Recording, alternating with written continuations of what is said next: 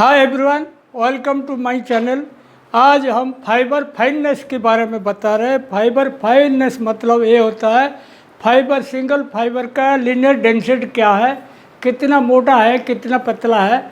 वो इसमें क्या होता है, देखो आपको अगर मालूम है सिंथेटिक फाइबर चला रहे हो, जैसे पीएसएफ चला रहे हो, विस्कस फाइबर चला रहे हो या एक्रिलिक चला रहे हो, उसमें सब डेनियर सिस्टम आता है। और कर्टन में आता है माइक्रोनियर वैल्यू आता है। और वो अपना जो नेचुरल फाइबर जैसे कि लिनन है, हेम्प है और बनाना है, ये सब माइक्रोन में आता है। माइक्रोन मीन्स 1 मीटर का 10 लाख भाग से एक भाग 1 माइक्रोन होता है। ऐसे ही माइक्रोन मतलब खाली थिकनेस। जैसे कि आपको मालूम है कोई बाज़ार में पॉलीथीन में अपना सब्जी लाते हैं, किराना लाते हैं, तो उसमें ऐसा रहता है 20 माइक्रोन की नीचे है तो अलाउ है, उससे ऊपर रहता है, ज़्यादा मोटा रहता है, ज़्यादा थिकनेस रहता है, वो कहीं कहीं बयान किया हुआ, तो वो खाली थिकनेस के लिए है। बाकी डेनियर है, माइक्रोनियर वैल्यू है, मिलीटेक्स है, तीनों वो होता है लीनियर डेंसिटी। मतलब एक लेंथ रहेगा, एक वेट रहेगा, उसका एक मेजरमेंट का ये रहता है।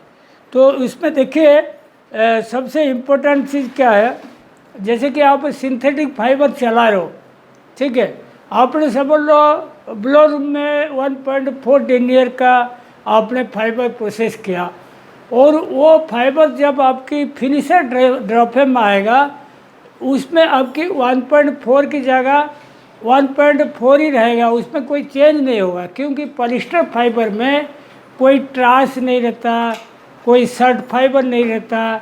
लेकिन in the case cotton fibre, आपने अगर 4 माइक का कॉटन यूज़ किया, जब आपकी ब्लोरूम कार्डिंग से ट्रास निकलेगा, शर्ट फाइबर निकलेगा, कोम्बर का नॉयल निकलेगा, वो 4 माइक के जगह आपकी 4.1 4.15 ऐसे हो जाएगा। वो डिपेंड करता है कितना मटेरियल में ट्रास था, कितना शर्ट फाइबर था। आपके मन में ये आता होगा ये कैसे बढ़ जाता है, इसीलिए बढ़ जाता है। जैसे आप याद करो अपना जो HBI क्लास में हम पढ़ाए थे, जैसे यहाँ पे एक मतलब परफोरेटेड ये ट्यूब है, उसका अंदर ऐसे ऐसे छेद है, तो उसका अंदर अपन कॉटन का सैंपल डालते थे और एयर फ्लो करते थे। जिसमें एयर ज़्यादा फ्लो करेगा वो उसका उतना डेनियर है, मतलब उतना मोटा है फाइबर। अगर फाइबर कम पास करेगा एयर तो वो पतला है, क्योंकि वो कम्पैक्ट रहा, एयर कम खींचा। तो जब शर्ट फाइबर रहेगा और डस्ट पार्टिकल रहेगा, ट्रास रहेगा, तो वो थोड़ा एयर कम फ्लो होगा, तो इसीलिए वो फाइन दिखाएगा। वो जब फिनिशर स्टेज में कॉटन का माल आ जाएगा, ट्रास निकल जाएगा, नाइल निकल जाएगा, वो थोड़ा मोटा हो जाएगा। मोटा हो जाएगा मतलब शर्ट फाइबर ट्रास निकल जाएगा, वो फाइबर भी पैरेलल हो जाएगा, तो उसमें आपको माइक्रोनियर वैल्यू बढ़ के मिलेगा। तो ये मैनेजमेंट का और टेक्निकल स्टाफ में हमेशा ये डिस्प्यूट रहता है। बोलता है मैं आपको 4 माइक का कॉटन दिया, आपका CSP क्यों नहीं आ रहा है। लेकिन जब आप टेक्निकल आदमी हो, आप इसको टेक्निकली बताओ। आप अगर 4 माइक का दिया, वो after carding blow room, after comber, वो जब फिनिशर स्टेज में आएगा 4.13 माइक हो जाएगा, मतलब मोटा हो जाएगा, तो उसमें CSP बैठेगा नहीं। आप अगर 4 का दिया 4.13 हो गया, आप अगर 3.9 दोगी, 3.88 दोगी, तो आपकी फाइनल जो माइक्रोनियर वैल्यू 4 तक आ जाएगा। तो ये आपकी लड़ाई करनी पड़ेगी, ये आपकी निजी लड़ाई है। आप नहीं करोगी तो आप फंसते जाओगी, CSP नहीं आएगा, क्वालिटी नहीं आएगा, PM ज़्यादा देना पड़ेगा, तो सब प्रकार का प्रॉब्लम है। तो आज ये फाइननेस के बारे में आपको ये इसीलिए बता रहा है। जैसे देखो मिलीटेक्स भी एक रहता है, जैसे ऑफिस रिपोर्ट पे देखना, वहाँ कोई माइक्रोनियर वैल्यू नहीं बताएगा फाइबर का, वहाँ मिलीटेक्स बताएगा। वो मिलीटेक्स का क्या यूनिट है, माइक्रोनियर वैल्यू का क्या यूनिट है, डेनियर का क्या यूनिट है, उनका आपस में क्या रिलेशन है, वो जानना जरूरी है। और जो माइक्रोन है वो कोई रिलेशन नहीं है, वो खाली थिकनेस बताएगा फाइबर का कितना थिकनेस है। ठीक है, आप देखो सबसे पहले डेनियर देखो, वो आपके सिंथेटिक फाइबर के लिए बोलो PSF है, VSF है, एक्रेलिक है, ठीक है, नायलन है, जो भी मैनमेड फाइबर कट लेंथ रहता है उसका रहता है, या बाम्बो फाइबर जो प्रोसेस होता है वो भी। तो डेनियर का फार्मूला देखो, weight in gram divide by 9000 metre, उसका फार्मूला होता है, मतलब कितना ग्राम हुआ 9000 मीटर अगर भाग कर तो कितना ग्राम होता है।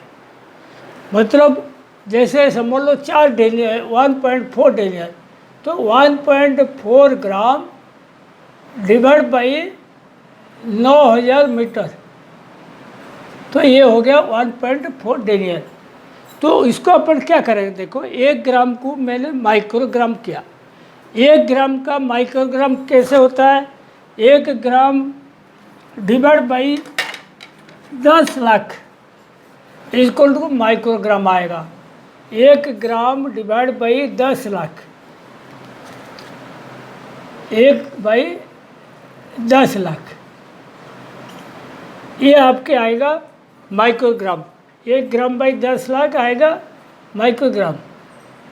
1 ग्राम इस पर इसको डिवाइड करोगे ये आएगा 0.00001 माइक्रोग्राम। वो जो 9000 मीटर लिखा इसको मैं अपन इंच में कर देते, ये माइक्रोग्राम में इसीलिए कन्वर्ट कर रहे हैं अपन, माइक्रोनियर वैल्यू के साथ इसका रिलेशन देखेंगे। और 9000 मीटर को अपन 39.37 मल्टीप्लाई कर दिए, क्योंकि 1 मीटर होता है 39.37 इंच, तो ये हो गया देखो 354330 इंच।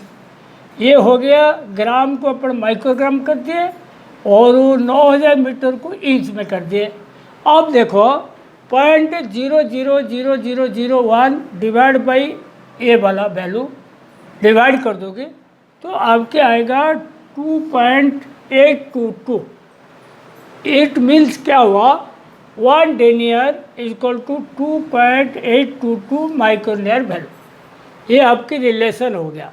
तो आपके मन में ये आता होगा, समझो आपकी 4.2 माइक का कटर यूज करते हो, मैं एग्जांपल बोलता हूँ, तो इसमें आप 2.82 डिवाइड कर दोगे तो आपका डेनियर आ जाएगा। 4.2 में 2.82 डिवाइड कर दोगे आपकी डेनियर में कन्वर्ट हो जाएगा। तो यहाँ पे देखो ये 1 डेनियर इक्वल टू 2.822 माइक्रोनियर वैल्यू, या इसको उल्टा समझोगे तो माइक्रोग्राम पर इंच मतलब माइक्रोनियर वैल्यू डिवाइड बाई 2.822 डेनियर। ठीक है, तो ये जो माइक्रोग्राम पर इंच होता है ये कॉटन का यूज होता है, ये होता है सिंथेटिक का। जैसे आपकी डेनियर में आता है, आपको माइक्रोनियर का ज़्यादा आदत है तो इसको कन्वर्ट करके देख लो कितना माइक का आता है। ठीक है, ये हो गया इसके माइक्रोनियर वैल्यू और डेनियर का रिलेशन। अब देखो मिलीटेक्स, ये आता है SBI रिपोर्ट में आता है। ठीक है, और इसमें देखो मिलीटेक्स में क्या होता है, फॉर कॉटन ऑफिस रिपोर्ट में फाइननेस हमेशा मिलीटेक्स में आता है, माइक्रोनियर वैल्यू नहीं आता। मिलीटेक्स का मतलब ये होता है 1 किलोमीटर फाइबर इन मिलीग्राम। अगर 1 किलोमीटर फाइबर आपने लिया कितना मिलीग्राम हुआ वो मिलीटेक्स है। तो उसमें कैसे होता है देखो, 1 किलोमीटर हो गया कितना 1000 मीटर, तो इसको अपन इंच में कन्वर्ट कर दिए। 1000 मीटर को 39.37 मल्टीप्लाई कर दिए, इंच हो गया। ठीक है, और इन milligram 1 milligram is equal to 1000 microgram. 1 milligram जो होता है 1000 माइक्रोग्राम होता है। तो 1000 इंटू 39.37 डिवाइड बाई 1000 माइक्रोग्राम में करना है तो 39.37 आया। तो 1 मिलीटेक्स जो होता है देखो माइक्रोनियर वैल्यू इंटू 39.37 वो मिलीटेक्स आएगा। 1 माइक्रोनियर वैल्यू हो गया मिलीटेक्स डिवाइड बाई 39.37। दोनों में से कोई भी फार्मूला आप यूज करो, आप मिलीटेक्स है तो उस पर 39.3 से मैं डिवाइड कर दो, माइक्रोनियर वैल्यू है, या माइक्रोनियर वैल्यू है इस पर 39.3 से मल्टीप्लाई कर दो, वो मिलीटेक्स आ जाएगा। ये दोनों में ये रिलेशन रहता है। और देखो माइक्रोन क्या होता है, लिनेन, हेम्प, वूल, जो अपना जो नेचुरल फाइबर होता है उसका थिकनेस खाली देखा जाता है। यहाँ 1 माइक्रोन मतलब 1 मीटर को 10 लाख भाग से एक भाग लोगी तो 1 माइक्रोन होता है। या इतना देखो 1 micron is equal to 0.001 mm thickness. तो ये जो होता है थिकनेस होता है, जैसे अपना लिनन फाइबर देखते हैं, हेम्प फाइबर देखते हैं, 16 माइक्रोन, 17 माइक्रोन, 14.5 माइक्रोन, इस प्रकार का वो बोलते हैं। तो वो 17 माइक्रोन मतलब 17 इंटू 0.001 जितना हुआ उतना mm है, तो वो आ गया। तो ये आपकी रिलेशन है। और ध्यान रखो माइक्रोनियर वैल्यू मिलीटेक्स value increase whenever process till finisher drop. जब आप प्रोसेस करोगे माइक्रोनियर वैल्यू या मिलीटेक्स आपकी ग्रेजुअली इंक्रीज होगा, कोर्सर साइड जाएगा, क्योंकि उसमें ट्रांस और शॉर्ट फाइबर रिमूव हो जाता है। अभी आपको एग्जांपल बोलता हूँ, देखो जैसे मिक्सिंग का माइक्रोनियर वैल्यू आपने 3.96 का यूज किया, उसका मिलीटेक्स कितना हुआ 3.96 इंटू 39.37 मल्टीप्लाई का 156 किया। ब्लेंडोमेट के बाद ये थोड़ा और कम हो जाएगा तो 155 हो जाएगा। ऐसे ही घट घट के देखो CLP, MPM, CLC, card mat, card sliver up to आपकी ब्रेकर ड्रॉप तक ये घटता रहेगा। जो माइक्रोनियर वैल्यू आपने यूज किया और पतला होता जाएगा, ठीक है।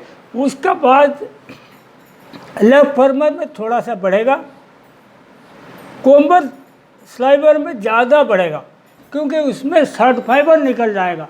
जितना शॉर्ट फाइबर ज़्यादा निकालोगी उतना वो कोर्स दिखाएगा, क्योंकि जो शॉर्ट फाइबर रहता है, आड़ा टेढ़ा फाइबर रहता है, वो सब हट जाता है, ठीक है।